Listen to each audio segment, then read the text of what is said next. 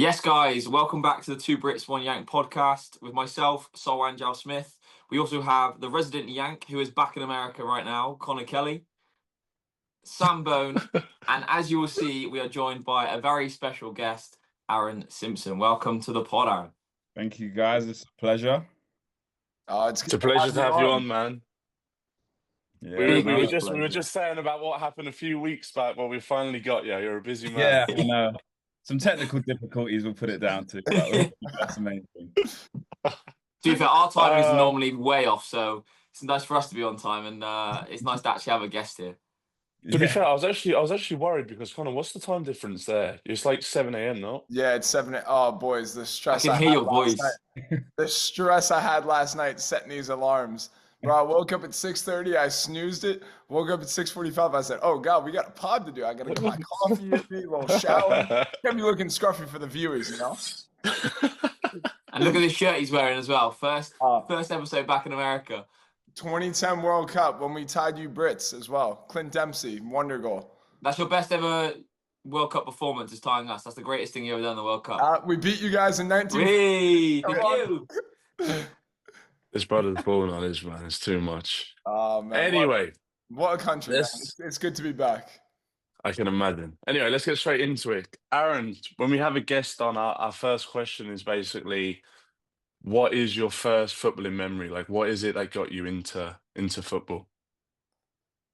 First footballing memory. That is a good question. Got your card there, blood. Yeah, I know. You caught me off guard.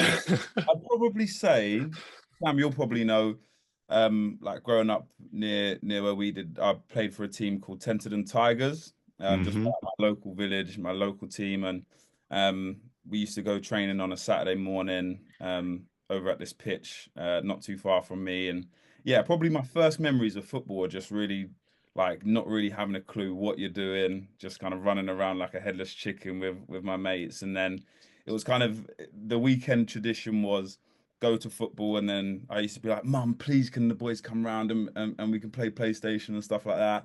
And yeah, like we've got a friendship group that we've been mates since we were probably 4 or 5 years old, and we're all still best mates now. So yeah, that's probably my first memories playing. Not really anything in particular, but yeah, just kind of playing locally, really.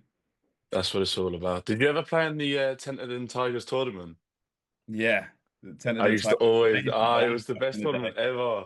Yeah, I used to always play in there. Yeah, some good tournaments. And to be fair, like when we were younger, we had a really good team. It was between us and a team called Wittersham, and we used to battle it out for the league every single year. And a couple of my mates now used to play for Wittersham, and we kind of still get on at them saying that we used to batter them all the time and stuff. But yeah, no, those were some fun memories, and yeah, it's just crazy how kind of the journey's been since then, really. Did you ever play against Park Farm Rangers, or was that in a different league? Because I remember playing against Wittersham. Yeah, we were in a different league, I think, to Park Farm, but we played against them in tournaments and stuff like that. There was one big tournament in the summer as well. I think it was at Kennington. Was it that one? Kennington had a tournament, but there was also the what's the zoo called? There was like a tournament that we used to play at the zoo. A Port Lim tournament or something. Port Lim, yeah. Did you ever play in there? Yeah. I played in that a couple of times, I think. Yeah.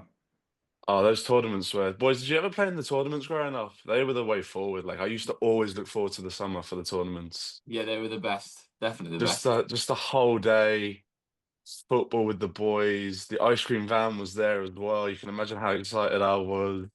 Matt, burger. Thanks. Ice cream. That was, literally, that was the pre. Do you remember there used to be like, I don't know, maybe it's just in Bristol, but there used to be like football boot stalls at the tournaments as well. And you'd be like boots, you could buy like balls and stuff.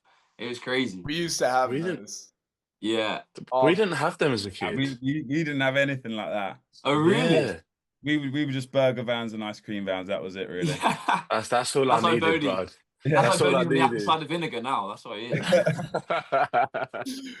I remember though, they used to be like, you used to see someone like walking around in like a pro club kit, and you'd be like, "Oh my god, that's a scout for such and such." Oh, they're watching our game. Yeah, I remember that. I used to get so excited if you saw someone. For us, it would be like a Gillingham tracksuit or something, wouldn't it? Yeah, Oh, and yeah. you'd be like, Gio's Yeah, there that watching. was Like, you had literally to the be on only your club game. really around, wasn't it? Gillingham, yeah, literally. Like, you wouldn't have the London clubs and all come to watch, would you? Nah, not really. Gillingham. I'm just trying. Gillingham's only the real big team No around Charlton. our sort of. Charlton's probably the next Yeah, closest. they would be there actually, Charlton. But like as in like top teams like Arsenal, Chelsea, they were never there. Nah, Unless they were and they just weren't interested. yeah. I mean, Never ventured I, out that Maybe far. incognito, bro. yeah, I never got the shout from Arsenal or Tottenham. Aaron, how long was you like? What age was you when you stopped playing for Tenterden? I would have been in secondary school, so I reckon maybe Shout actually out no, Homewood, no, man. Shout out earlier than that, Homewood. probably around 10, 11 maybe. And Right. then I played for Margate and then Dover, just because they were like the best teams in the area. Yeah. And like I remember like looking back on it now, it's crazy because my mum and dad would have to like take me to Dover and Hmm. Whitehall like on a Some Tuesday tricks. night after work and stuff, and then just watch me train and then just wait around whilst I train and then drive all the way back. But yeah, I played. I didn't really play. I never was at a professional team until I signed at Wolves. I was always kind of non-league, and then yeah, signed at Whitstable, which was like my first men's season, and then from there went to Maidstone, and then from there went to Wolves. So all happened kind of pretty quickly. But growing up, yeah, I was just at kind of local clubs like Whitstable, Dover, Hmm. Margate, stuff like that, really. Talk to us about Mason, because that's really like, is it fair to say like that's where you had like your breakthrough, obviously with the FA Cup run, beating Stevenage? Like, would you say that was your breakthrough sort of season? Yeah, I think it was probably a mixture of things. So the season before that, I played at Whitstable and I was, I think, 16. Hmm. Um, and Nicky Southall was the manager there, and Andy Hessenthaler was working at Soccer Elite. And Hmm. he kind of said, "Look, I think it'd be good for you to go get men's football." So I remember I had my debut was on the 21st of January, actually, because it was my sister's birthday. Nice. And I remember the pitch was like awful. I was wearing studs, and there's a picture of me coming off the pitch, and I'm literally just covered head to toe in mud, like got booted around because I was just Hmm. quick and sharp and stuff. And obviously, I was playing against grown men and just got the absolute like living daylights kicked out of me. But I got man of the match on my debut there, and then played for I think probably about half a season there. And um, come the end of the season, Maidstone were interested. Obviously, Jay Saunders was the manager there. But Whitstable wanted me to stay, and that was the first time I really had a decision in football. I didn't know whether to go to Maidstone and I might not play and I'd be more of a squad player, or just stay at Whitstable where I knew I'd play, and ended up kind of chancing it at Maidstone and kind of just backed myself really, and then had a really good pre-season. And yeah, at the same time, I was playing for England schoolboys as well. So Hmm. had that, and I think yeah, the combination of just playing a lot for Maidstone and then the exposure that England schoolboys gave me as well was like a little combination of stuff really, and then yeah, ended up going on trial to Wolves. Is that from the FA Cup exposure? Because I remember you had a really good game. It was at home. Was it a replay, and it was at home? Then you got the Yeah, replay and you beat them. yeah. So we played Stevenage in the FA Cup. I didn't start the game, the away leg, and I remember I Hmm. came on in like the last 5 minutes. And honestly, the nerves that I had that game, obviously away at Stevenage, they were League Yeah. Two at the time. I was about 17. Never been at a pro club, so like this whole experience was just new to me. I got on the pitch and I was thinking, right, yeah, I'll be fine. Anyway, like last 5 minutes, they were obviously trying to win the game. The ball was just getting shelled into our box. I was jumping up for headers. Steve Watt was coming, just elbowing me, heading it away. Like it was absolutely mental. It was like yeah, I just couldn't believe it. And it was just a lot, and that was my first proper experience of real like men's football. And then yeah, we ended up I think Jamie Cole was playing at the time and he was injured, so I started the replay at home. And I remember like I was still in school at the time, so I went to school that day. Just I went to Maplestone Noakes, which was in Maidstone, So I just went to school during the day. Afterwards, I had to just go get a pasta pot from Tesco's, just sat in my car, kind of waiting around, and then just played the FA Cup game, and obviously had a really good game. And then like my Twitter was just going nuts and stuff. Yeah, it was crazy. And then on the flip side of that, so that was like unbelievable, and I was buzzing, and like people were coming up to me in school, like, "Oh my God, you did so well." And then the next round, we got Wrexham away, and I got sent off. Oh, did you? Yeah, I got sent off. Straight Damn, red. bro, my notes don't say that. I didn't realize Yeah, that. straight He red. stitched himself I up. should have probably kept that a secret, but Yeah. talk about the highs and lows of football. Literally, like I was on cloud nine, like, oh my God, like this is me, I'm gonna make it. And then I remember it was just a last man tackle. The geezer just got his body in front of me, and our legs have kind of tangled up, and we've just gone down. In hindsight, I probably should have just pulled him down earlier, taken the red, not given away a penalty, but it was a double blow, red card, penalty, and we ended up losing the game. And I remember like walking off the pitch, and obviously Maystone's following is unbelievable. And I remember the fans like singing my name and stuff, and I just remember crying, like I was uncontrollably crying. I was just walking off the pitch like with my head like this, just thinking like, oh my God, like I've that's me done. Like I'm never gonna play again and stuff. And then yeah, Jay and all the guys at Maidstone were really good with me and just said, look, like these things happen. We weren't going to go on and win the FA Cup. Like they gave me, and they started bantering me on the coach on the way back. Like that's just the kind of the way the changing room was. And then yeah, shortly after that, I kind of went on trial at Wolves and ended up there. I suppose that was a good experience though. Like maybe looking back, um, just maybe learning about positioning and stuff at a young age as well. You need those sort of experiences to help you grow. Yeah, And it obviously did that. yeah, definitely. I think the difference from when I went into Wolves with me versus a lot of the other guys is that they've all come through the academy system and stuff. And like Simpson.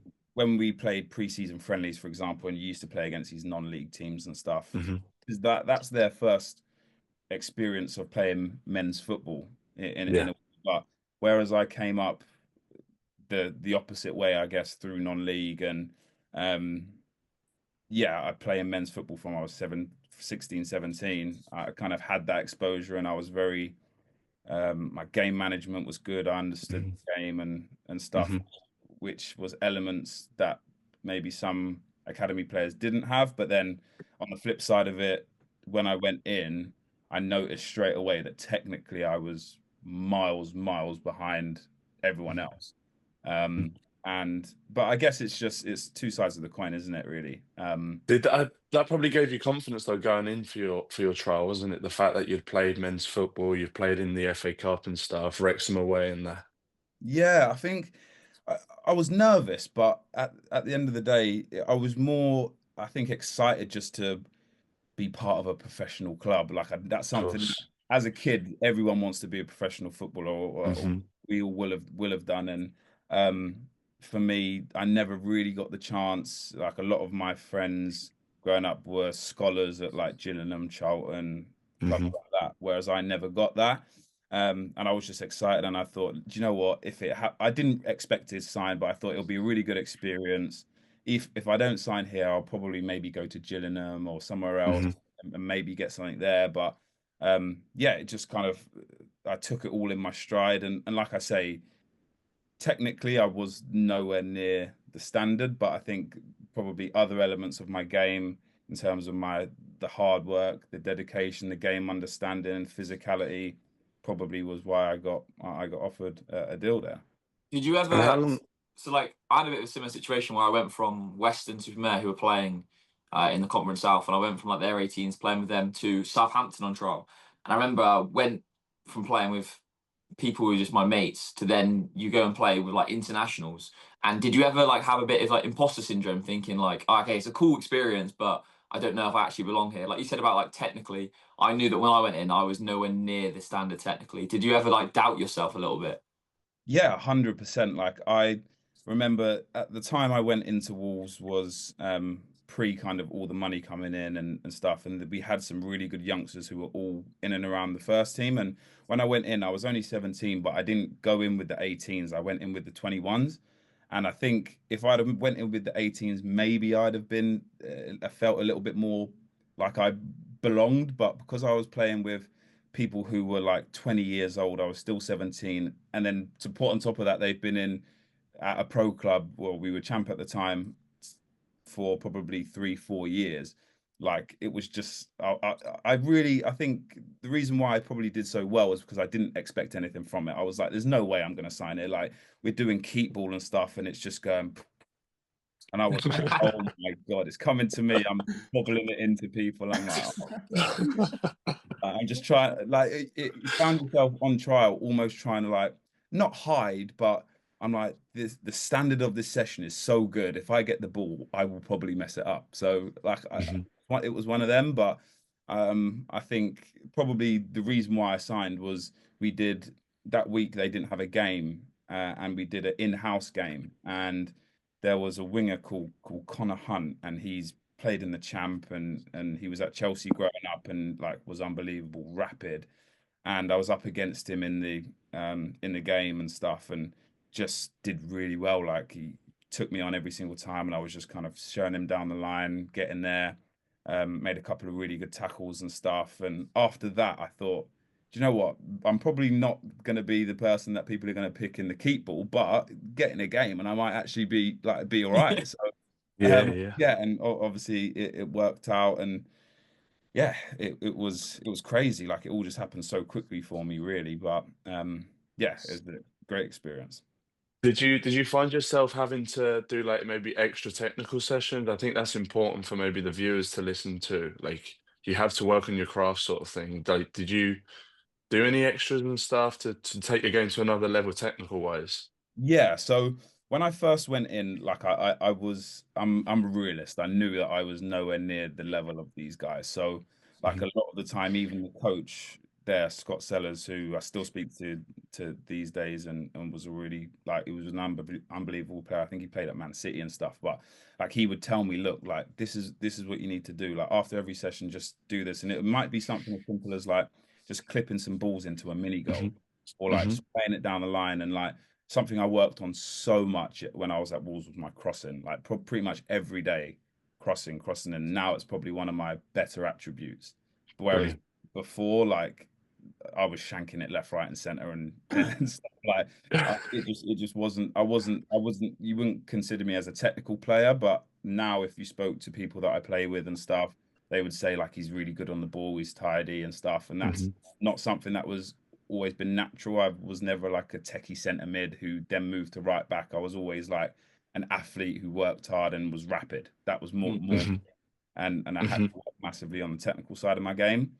Um, but yeah, like being at Wolves and the facilities that we had and the coaches that I had just allowed me to do that. And if I look at myself when I left Wolves to when I signed, I was two completely different players Yeah. for Very sure. good. Were there And any I, players on that Wolves 21s team that ended up making the first team? I wanna, yeah, in fact, I wanna say it. Morgan Gibbs White was there, wasn't he? yeah. Because So I remember I come in on trial and that brother told me to stop shooting. I said, "Damn." I said, "I say no so more." So I was, we were training in the 23s, and I remember I was there for Morgan's first session ever with the 21s. So he was 16 years old, like he was like a fair size, but quite scrawny and stuff. And we were thinking like, oh, right, we've got a 16-year-old training with us, like it's going to be a session killer. And I Mhm. remember we had this big, this big centre back, Aaron Hayden, and Morgan Gibbs White just was putting it through his legs and absolutely gave him the session of his life. And like we were all like, who the hell is this kid?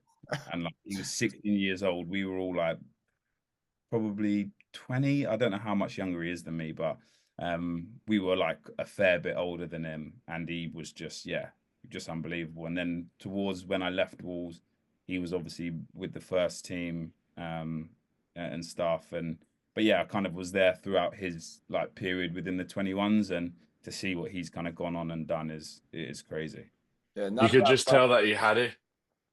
Yeah, like he's just Yeah. so his spatial awareness in like in keep ball, and he's just so techie, and like you think you're gonna get the ball and he'll just turn and put his body somewhere or just roll it through your legs, and you're like, sometimes you just got to hold your hands up and say, literally. That is amazing.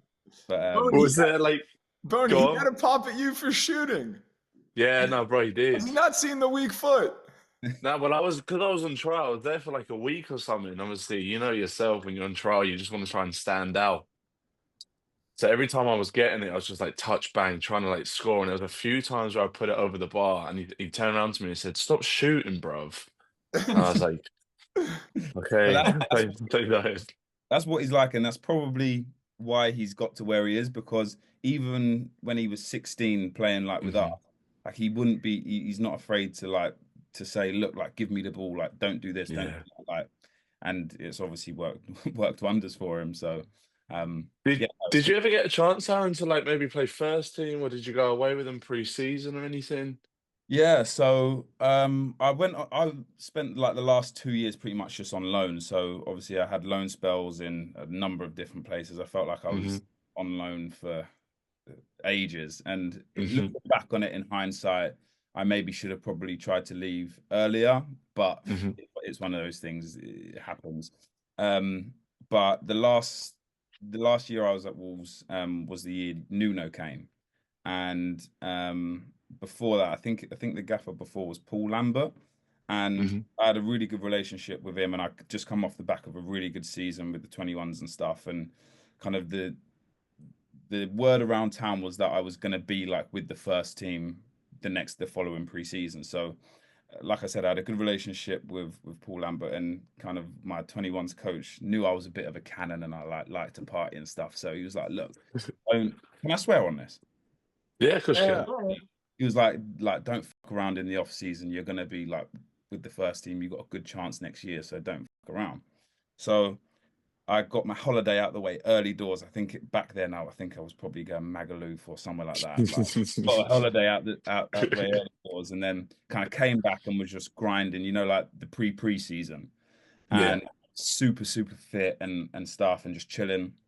Then I was at home one day, and then I was watching the Sky Sports news, and it came up Paul Lambert sacked from Wolves, and I was just sitting there like, Oh, damn.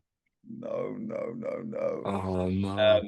And then kind of Nuno came in, and that was when all the changes started to happen with the new owners and stuff. And I went away pre-season with them. I think we went to Austria. I actually, funnily enough, I made my debut in pre-season for the first team in the same substitution as Ruben Neves. Wow. Wow. Gee, that's a flex, man. Yeah, That's actually crazy. that's my claim to fame right there. Yeah, I like it. So yeah, it was obviously I flew out a little bit later on because of injuries and stuff, and then I think Ruben had just signed, and yeah, just crazy. The whole experience was so good, and like I said before, to come from like just local non-league football to like 100%. that, and then obviously made my debut in the cups for Wolves, but kind of outside of that on loan and stuff, played in the Scottish Prem and stuff, which was good, and yeah, like look, Was that the start of that season, Aaron? Like you done pre-season there, and then the start of that season, is that when you went on loan to Inverness? no, so I Bro, went your to notes, Boney. It's Kilmarnock. it's Kilmarnock.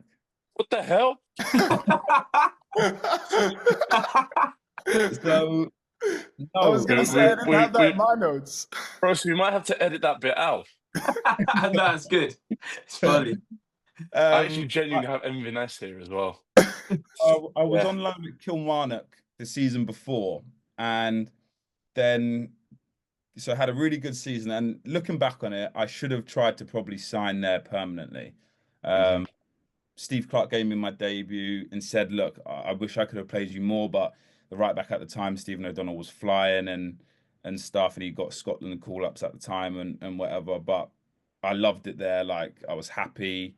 Like playing really good football, and like my 2 starts, I got 2 assists, and yeah, I should have probably tried to sign there on a perm. But anyway, came off the back of that, and then the next season, Wolves had this feeder club in Spain, in Murcia, called Jamila, and they basically peer pressured me to go. I didn't have an option. They said, we'll block any loans coming in. Like, there was, I think, 8 of us we called it the bomb squad, because we weren't in the 21.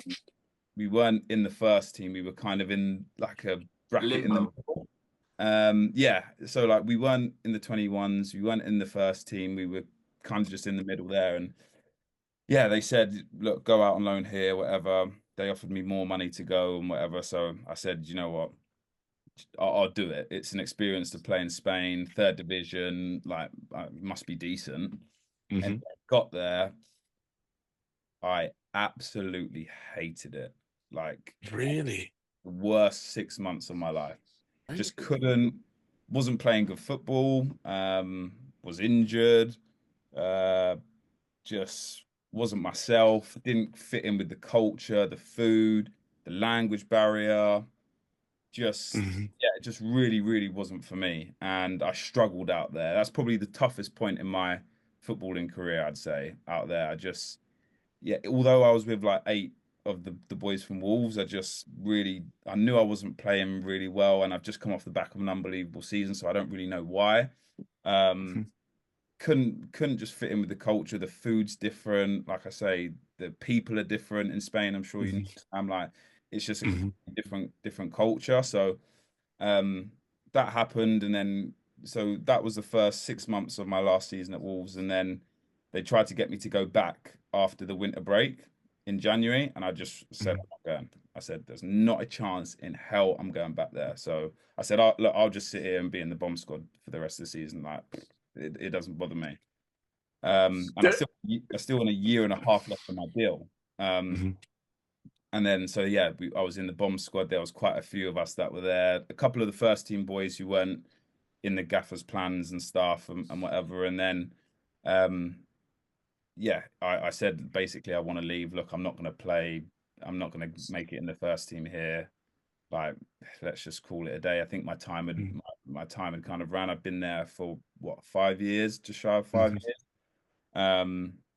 And I didn't really want to be there for another year and a half. And then, so I asked to leave, and then obviously with the pay up situation, they offered me something silly, and I was like, look, no, I'll stay. I'm on decent money. I'll just chill. And then it was back and forth, and then literally deadline day happened, and they said, look, we'll give you what you want. And then I walked away.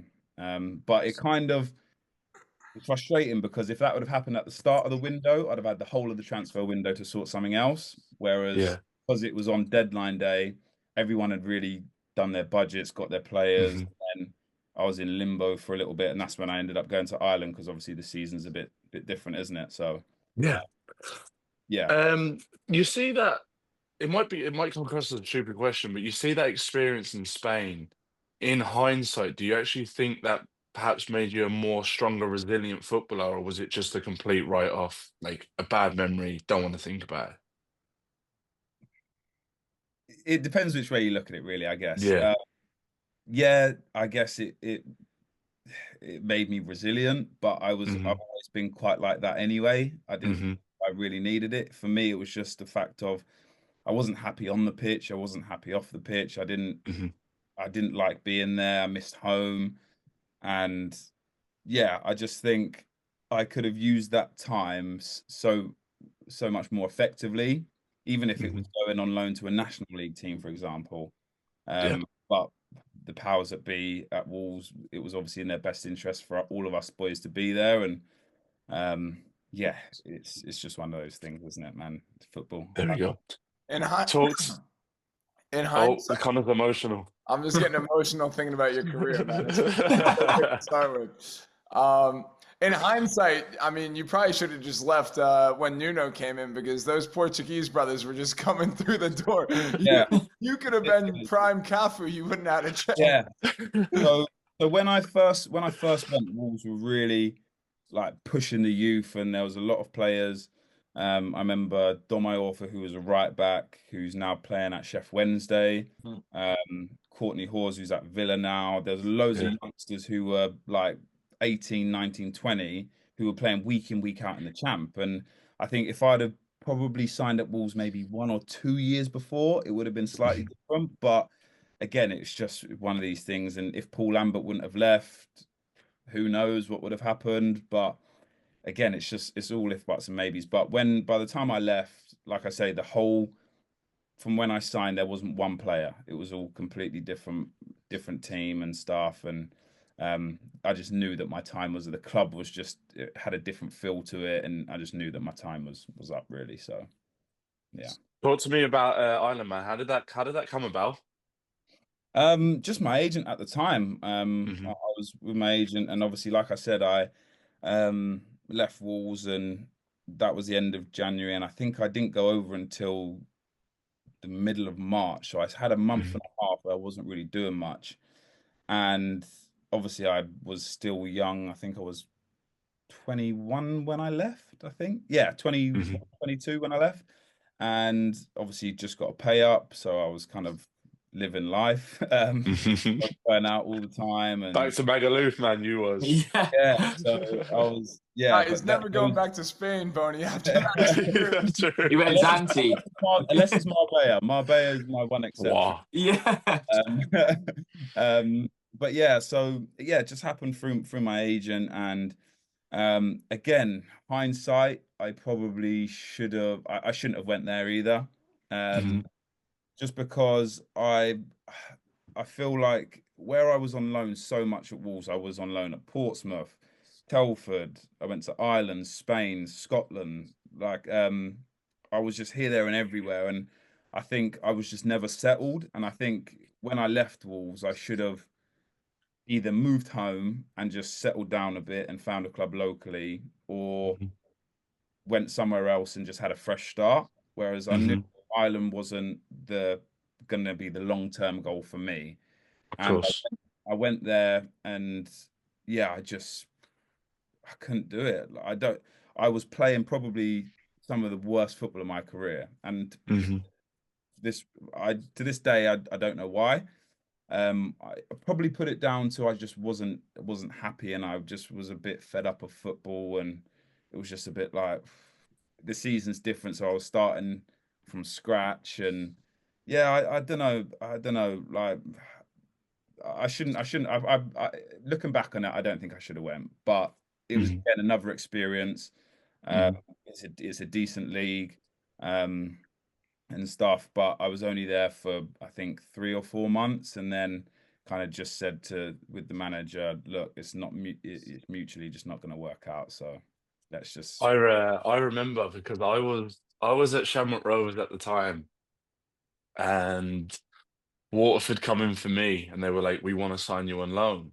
And I remember obviously I was doing my research and stuff, and I knew that you was there, and I was like, "Perfect, someone that I know, someone that can go into the change." I didn't really know many of the boys, so I was like, "Aaron's there, can go into the change room, be with Aaron. He'll help me settle in." Brother, I signed for them, and I think that week then, or a couple of weeks before that, you'd left, and I was like, "Oh my God." I was like, "Where is this brother?" Oh, honestly, I was buzzing because I was like, "I'm gonna go sign there. Aaron Simpson's gonna be there. I know him from obviously home. Perfect." And you was gone that week or something. Yeah, and like for me, I think if I would have signed for a club that was maybe closer to Dublin, then Yeah, maybe I would have enjoyed the experience a bit more. But bro, I'm literally in the middle of nowhere. I'm driving it two is the middle of hours, nowhere. 2 hours every other week to get a trim. Like, Yeah, come on, I can't be. I remember right. And you was at Drake concert as well. I remember seeing you at the Drake Yeah, concert. yeah. So that was in like the first week I was there, but Yeah. like we stayed in the house I was staying in was joined onto a hotel. Oh Um, my God, they put you in there. I know in because I there, stayed there bro. We didn't have myself. Wi-Fi. I was just rinsing my 4G, like trying to play like Fortnite and stuff on my 4G on my hotspot. It's just, yeah, my head was just not in it, and it just wasn't I an didn't enjoyable. realize you were there. I'm Yeah, not surprised. I'm not surprised you left, bro. We were in there for a year, and it was torture. yeah, 2 hours yeah, for a trim is crazy, by yeah. the Bro's way. got to do him, man. He's got to do him. And remember, so I ended up taking my car out there. And at the time, I had an old shape C class, but it was like matte green, and I had Nice. the obviously the English plates on it. And I remember driving and getting pulled over and I was like, "Why did you pull me over?" And they said, "Oh, you were going X amount over the speed limit." And I was like, "I wasn't. I was going 60 or 70, whatever it was. I'm going miles per hour. It's obviously done in kilometers per hour over there, isn't it?" So, and then like I had got pulled over loads for my car, and I had to sign loads of documents and get like this card and stuff. Oh, it was long. That was a long couple of months. Yeah, it Oh, was. don't, bro. And so what month was it you left there? Was it around sort of April, May, June Uh, time? yeah, It would have been because that's when I signed. yeah, May, June, I think. So I went, I think, in March, and then was probably there. Hmm. Yeah, like I say, maybe 3 months ish. I don't Hmm. know. So you see when you left, did you have like obviously your holidays and then you was like a Yeah, mindset reset where you was like, right, I'm gonna go and play in England now and start the season sort of thing? and I think that's one of the best things that I did. Amazing. I left when the English football season finished, Hmm. effectively. So then I had my Hmm. summer, I enjoyed my summer, Hmm. I went away, and like you say, kind of factory reset. And then that year, I ended up signing for Dover, and I think that's what I needed at the time. Obviously, it was unfortunate that it was COVID season, but uh, Hmm. it was just what I needed.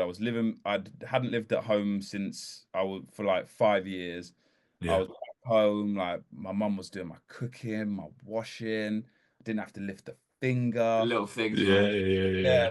we used to train in Dover used to train at Maidstone at the time in Aylesbury. So like it was perfect. Had a car school with Bobby Joe And K Tate. Sports.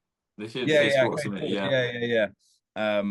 So yeah, was loving life, and like looking back, and at the time I was a bit like, oh, like I've signed a non-league like Hmm. year a bit ago. I was at Wolves, and now I'm signing at. Hmm. Hmm. But like I said, it was a good move for me. I started enjoying football again. The changing room was great, and it was just a shame that it was kind of COVID season that killed it. But again, kind of from that, I then signed at Sutton, and we ended up winning the National League, which was like amazing. So, What um, was that like? I mean, that's because I always say, man, winning the National League is impressive. 46 games, one team that automatically get promoted, like it's tough. So, yeah, like, in fact, like, what was that like actually during the season? Was it a case that you won it comfortably, or was it neck and neck with someone? it was close, but we always knew that I think in the changing room, everyone believed that we were going to win. Like Hmm. we were we weren't an amazing footballing side, but we used to do the same drills and training every Hmm. we Hmm. play one way, get it out, hit the channels, crosses in the box, Yeah. and Hmm. win 1-0 away from home. We'd not drop points. Like it was just relentless, and we were awful to play against. Like we were horrible, but Yeah. worked, and I think we wrapped it up.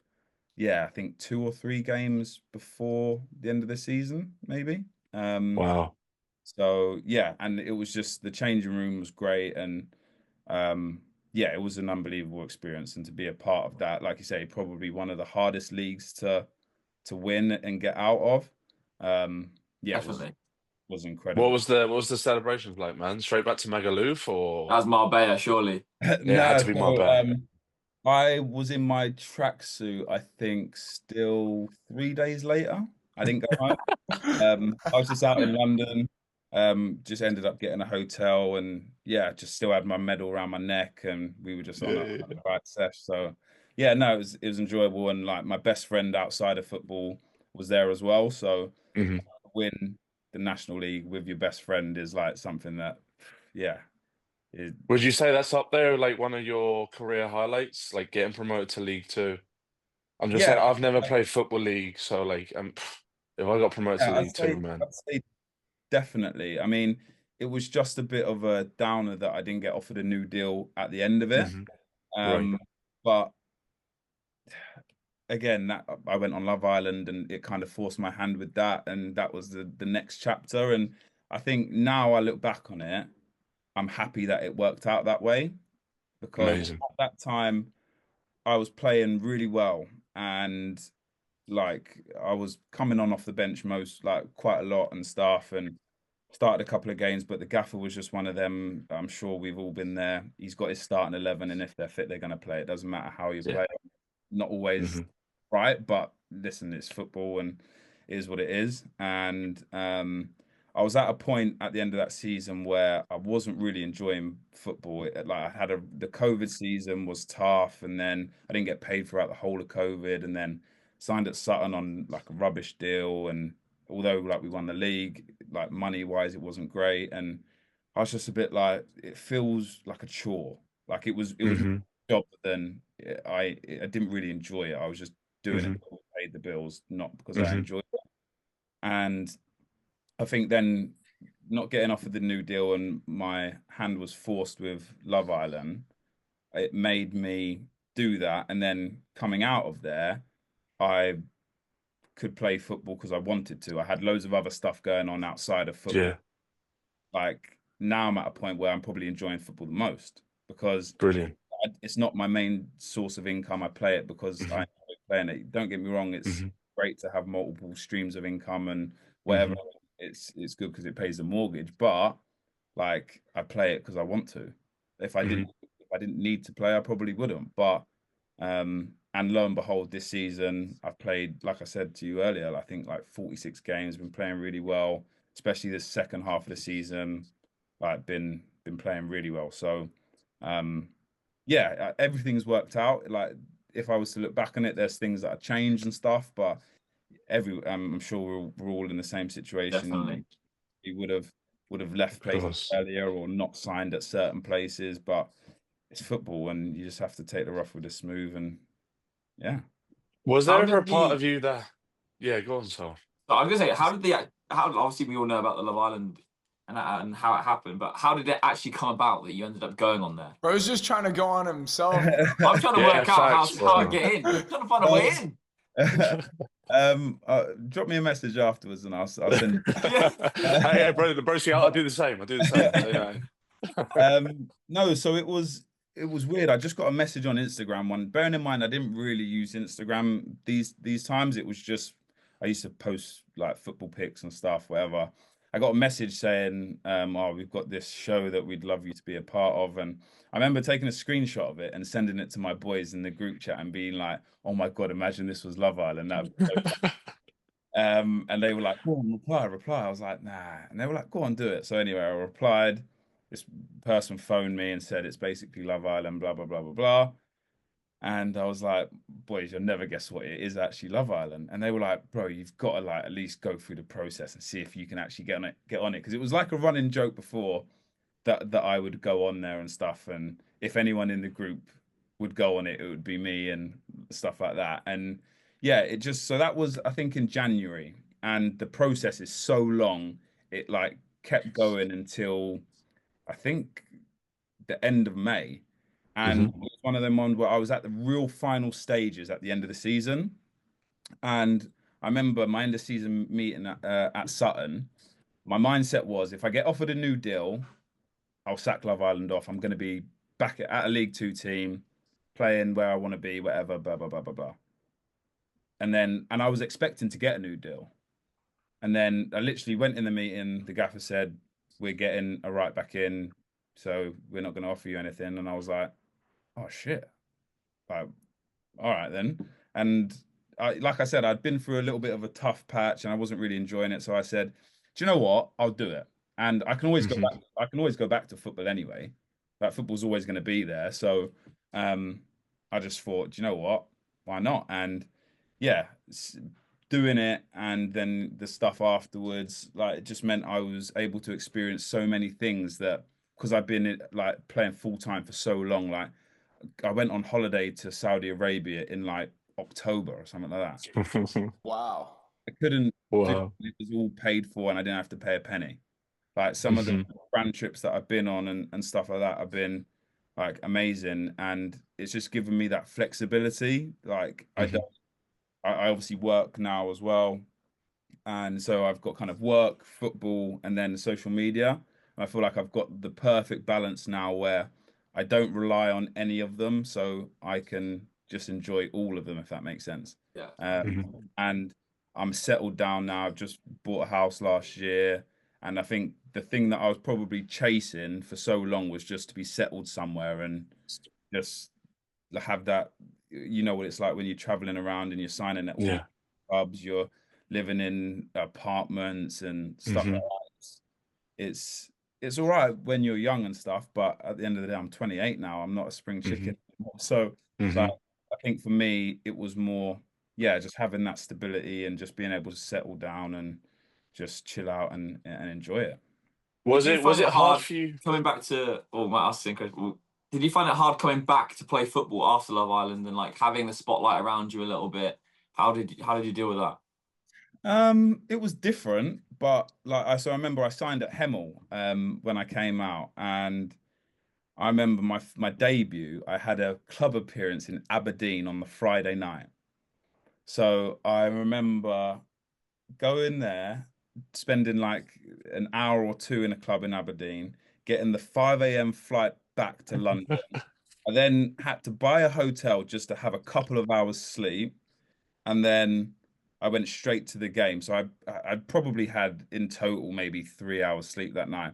I rocked up to my debut at Hemel with a massive suitcase with all my stuff in. Like it was crazy. And it was from going from a professional prepare and write and doing everything so by the book to then living life, which was just crazy. I was here, there, and everywhere. I was in events in London most of the week, and then I've got Tuesday games, Saturday games. It was hectic, but I mean, it was great fun. But now it's obviously chilled out a bit, and it's just at a point where I still get the perks of that side of social media and stuff. But yeah, I mean, fans used to give me load of shit and stuff, and like Hemel fans used to sing, "He shags who he wants, he shags who he wants," which was actually a decent chant. But yeah, it was different to what I was used to. But I was playing at a in my head, it was a much lower level, so I didn't need to prepare as much. Um, and then obviously I done my ACL, which was a shame that season. Um, but yeah, I'm curious. How did you play on your debut? Did you have a good match? unbelievable. I Did knew you? you were gonna I knew I he was was gonna. on fire. I was absolutely blowing out of my ass. I hadn't done anything probably since I'd left the Villa, which would probably be in a month and a half, literally nothing. And I was balling out, bro. I remember I think it was in the FA Cup or the FA Trophy. We played Ware away, and it was in like Hertfordshire or something like that. And yeah, no, I was a joke. It was boiling hot day, 3G. My boots had dust on them, but yeah, no, it was What Love Island season were you on? Who were like the main people in it? I Aaron was. think it Aaron was, was the main man. Yeah. and it's like Chloe and Toby, Chloe Burrows. Yeah. Oh, okay. I remember I Um, watched that season in the States. I remember that. yeah, That's who Connor fancies, man. Who, Toby? Liam, yeah, and I still chat to quite a few of them. I saw Chloe and Ibiza, I think last year, last summer. And yeah, like still get along really well with her and still chat to Toby a lot and stuff. And You've made friendships for life. yeah, no, definitely. And it's Amazing. just, but for me, like that industry is not really for me. Like it's very fake and it's very, don't know what the word I'm trying to look for is. Maybe like So superficial. so. Yeah, and that's not really me. I'm quite just chilled out, down to. That's interesting. I was going to ask a question actually. I was going to ask because obviously once you come out the Villa straight away, there's a lot of attention on you, all this sort of stuff, and then maybe a year or two down the line, that's kind of decreased, and then it's all about the new people that come out the Villa. I was going to ask how you dealt with that, but if that's not really the industry for you, then it must be quite easy to kind of wipe your hands with it a little bit and just take what you Yeah, want from it, but not have to fully try and immerse yourself back in there again. yeah, 100%. Like I remember when I first came out, I went to again. This was just post COVID, so I had to quarantine when I got back, and I was there for I think 5 weeks before I went actually in the villa. So bearing in mind, I hadn't seen anyone like in public for like 8 weeks, and I got back, and my boys were messaging me and saying like, "We got to go out surely," and I was like, "Yeah, like I'm down. Let's do it." Not thinking anything of it. And they were like, right, we'll meet at Box Park and then we'll go out afterwards. So this was Box Park in Shoreditch. Have you been? Yeah, I don't I think I've have been to actually. short. I have. No, I I have. haven't. Yeah. I So have. Yeah. you know, in Box Park in Shoreditch, you go up the stairs and it's just like one big alleyway, isn't it? Like one big Yeah. corridor in the middle.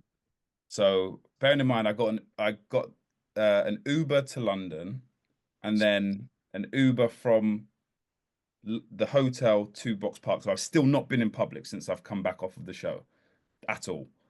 And then I got there. It took me 45 minutes to get from one side of Box Park just to the other side. I had like people had their phones like this. What the hell? Like groups of girls just flocking me, screaming, like people just coming up to me, talking to me like they know me and stuff. And I was like, oh my God, my boys had to leave me. They went down the other side, they've got a seat, sat down like about 40 minutes later and was like, what the hell is this? Like it was a bit too Hmm. much, man. I think that's the only time where I've ever felt like very overwhelmed and didn't have a panic attack, but I was like, whoa, this is a lot. Like, Intense. Yeah. yeah, it was just intense. And I think it was just because I'd been obviously secluded and stuff for so long, and then to just jump straight into that was mental. So, yeah, that was crazy. But like you say, it dies down, and now I'm at the point where yeah, I still get the perks of it and stuff, and I still do brand deals and stuff. But in terms of the events and stuff, I don't really go to because again, it's just not really my scene. Hmm. And listen, if that's what you're into and it's what you enjoy, then fair enough. It's for you. But yeah, it's just not a bit of me. I'm not that kind of guy. Last question: was you nervous going into the villa? Not at As all. in, like, with the really, Not at all. It's weird. really, yeah. Like I wasn't nervous at all. I just thought Bro's just got game like that. Yeah, so at no. the time, like it was probably quite big headed, but I thought I get girls on the outside, so surely I'm going to be on Yeah, the. yeah, I like you. And yeah, like it was just I wasn't nervous at all, and it was weird. Like my mum, I remember my mum asking me when I came back, and Hmm. like, what was it like? And I was like, I was fine, just went with the flow. But I've always been like that. I've always been the kind of person who just takes everything in their stride, and I think maybe that comes from football and having Hmm. that kind of background and playing Yeah. under pressure and stuff. And yeah, I don't know. I just yeah, wasn't really too bothered by it. Do Last you find yourself still in the spotlight now? Like, as in, like, could you walk through Tenterden or Maidstone or Ashford, and do you still get recognised and stuff? Yeah, like people still recognize me, but like Yeah. it's one of them ones where no one really says anything unless you're on a night Hmm. out and you're drinking. If you're Yes. on a night out and drinking, like still get people come up to me and occasionally ask me for photos and stuff. But Hmm. again, like for me, it won't be anywhere on the level of where what it would be for like Millie and Liam, for example, because they're very Yes. still utilizing social media and I would call them influencers, but I Hmm. call myself an influencer. I just happened to go on a show and then Hmm. kind of I didn't really have a choice but to be an influencer, but Hmm.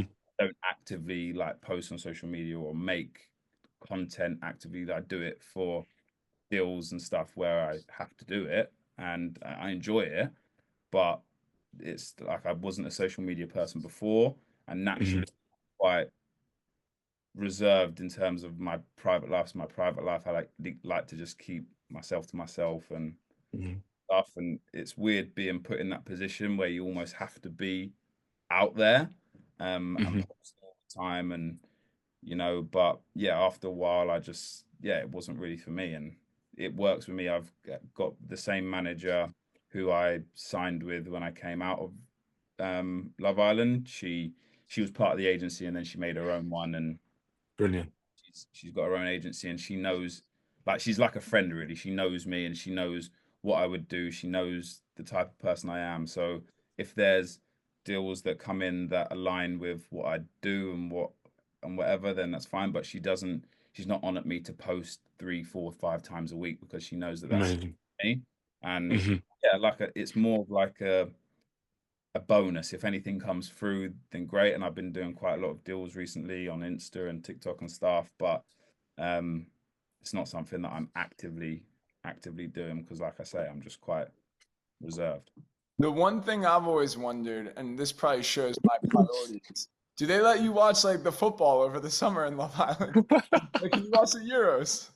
No, so I remember that was the year that England were in the Euro final, wasn't it, against Italy? Yeah.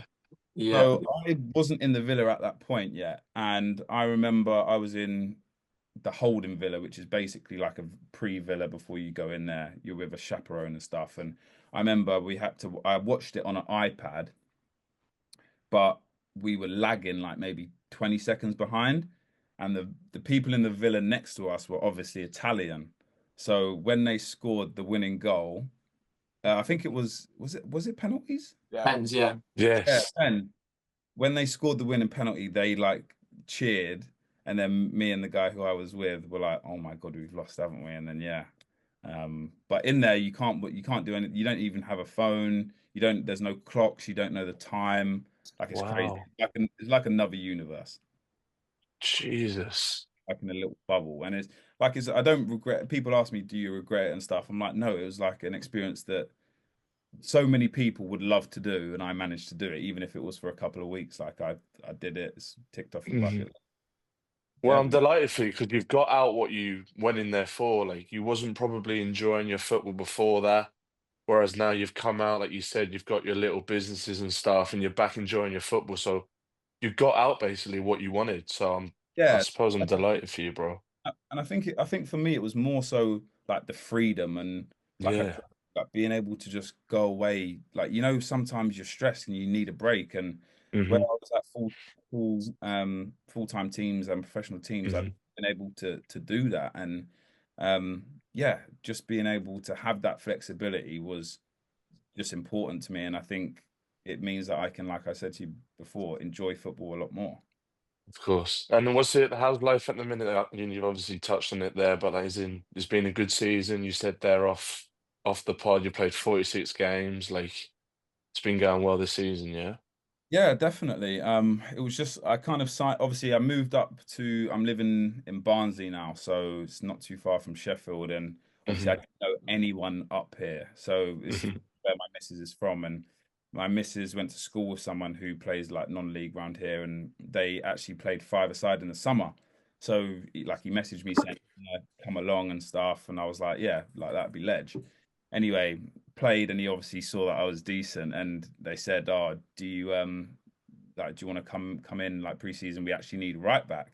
So went in preseason, obviously done well and ended up signing and yeah, had a really like you say, had a really good season. Um had a couple of little niggles, but to still play as many games as I have this year is crazy. And like the last two seasons I've played 30 plus games, which before that my maximum was maybe 20, 22. Hmm. So Hmm. like the consistency over the last couple of years, I think probably reflects the fact that I'm enjoying it a lot more. And, because I don't have that stress of like now, don't get me wrong, I love football, right? But if we lose on a weekend, it doesn't ruin my weekend anymore. Hmm. Whereas Hmm. before, if I was playing and we lost and I dropped a stinker, that'd be me done for the weekend. Like Hmm. I'd be a write off. Whereas now I enjoy it. And don't get me wrong, I want to win every single game that I play in. But um, yeah, I think I'm at a point in life now where you realize that there's more to life than just football as Cool, well. 100%. 100%. So yeah, it's just I'm at a nice point now where yeah, I enjoy it and I play and I'll just keep playing until my body says nope, that's enough. There we go, brother. until There we my go. until my hammies say nope, no more. Come on, I've got one last question. We always say at the end of the pod, like, what would be your five-a-side team from boys that you've played? What is it, kind of with and against, or Yeah, with is and it two against. separate ones? Yeah, with and Okay, so against. it's okay, cool. So your top five, your five-a-side team with players that you've played with and against, who would be in it, man? You don't And have to say me, bro. Don't worry about it. Don't say me. are we including a goalkeeper or just outfield players? I will. We'll Oh, go go. outfield It's up. players. It's up to you. If you want to Yeah. run the goalkeeper, Yeah. you can. Little Got rush people keeper. Russ. I'm ultra attacking. I know. Right. At the back, we're gonna go. Well, he's not really going to play at the back. He's just going to sit deeper. Declan Rice. Wow. Not a bad start. It's Yeah, a I was great gonna say. start. Unbelievable. In the middle, we're going to go Morgan Gibbs-White. Hmm. We're going to go. Oof, this is a tough question. This brother's gonna pull out like Ronaldinho or something.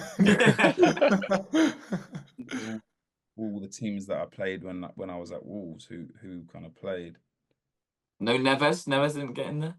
Yeah, well, yeah, actually, Neves. Yeah, I'm only thinking against there. Yeah, okay, so we'll go with who have we got? So Rice, Morgan Gibbs-White, Neves. I need a striker. There was a player at Wolves called Bright Enebakari, and he's a Nigerian player. And honestly, the best player I've ever played with. The stuff he could do with a football. Ask anyone that he's played with, they would probably say him. He was unbelievable. I think now he's playing in India, maybe. I Really? don't know. Yeah, but honestly, the stuff that kid could do was just out of this world. So I'd go him, and then strikers, I would I'm say, sorry, but that's a crazy name. His name is Bright. yeah, right, Enebakari, yeah. Strikers, oof, maybe Benicophobe. Great one. Nice. That's a great one. He's playing Baller League at the minute, isn't he? No. Benicophobe? No, Nah. I I was don't think thinking Oh, of there was Marvin someone- Sordell. Marvin Sordell. Sordell, that's the brother. That's the brother. Not in the Yeah, notes, bro. Not in the notes. Hey, the notes will Yeah. let me down today, I must To be say. fair, there'll be a couple of honourable mentions as well, and I'm trying to think on the spot against players that I've played against. Like I played against Toby in the Villa. yeah, I played against Mhm. Bojan once. He was at Stoke at the time. We played at the Britannia Wow. Stadium. We played against Bojan. He did not move out of the centre circle, but he was a joke. That guy's Yeah. career was he was supposed to be the next Messi, and it's funny like people like that. It's like, oh, people remember him as like a failure. He had a sick career. Yeah. Mhm. He Sick. had really bad anxiety, didn't he? Really bad anxiety. Yeah. Bro, I think like he was like Lamine Yamal before Lamine Yamal. Obviously, he didn't win the Euros, but he had like 10 goals in La Liga at 17. Yeah, he's a joke. Yeah, Crazy. no, you could tell he was a player. Trying to think of if I can name drop any other players that I've played against. You're in 97, right? Yeah. Have you played against Rashford at all? Or he probably made the breakthrough too early before you went to the Wolves, right? No, we never played really against Man U. In ours was West Ham. In our like Premier League 2 was West Ham, Southampton. Newcastle. Yeah, Southampton. No, Southampton? No, I don't think Southampton were in ours. We had Derby County, Blackburn. Mhm. Yeah, but I would say Declan Rice is hands down the best player I've ever played against. He was, I think he's a year below me, maybe. Yeah, I think he's my age, bro. Yeah. 98 He's or 90. 99. He's 99, yeah. Yeah, so 99, and we played against him in the playoffs one year at the Molineux, and like he was just a Rolls Royce. Like he was so much quicker and faster than everyone and stronger and like yeah, honestly, he was just you could tell there's levels, but you could tell that he was just up there. So We had a guy on the pod who I played with in university over here who played at West Ham, Peter Stroud. And I remember him telling me this is early on, like he was kind of breaking through at West Ham, probably like around 2020. He told me this, or he was already a big player at West Ham, but not what he is now. And I remember him saying like, you think maybe this guy would just be like kind of run of the mill, like does everything right. He was like, Connor, he is a joke. He was like, you could put him at left wing and he would be banging in goals. And that time, I think he'd just become a central midfielder. And he was like, I'm telling you, he's the best player I've ever seen. But when I played against him, he was centre back. Yeah. He was Really? playing centre back. Yeah, he wasn't playing centre mid. And we had this striker Donovan Wilson who was absolutely rapid and so strong. I know Donny. He's from Yeah, Bristol. I know Donny. And I've seen Donny like pin guys and just turn guys for fun all throughout the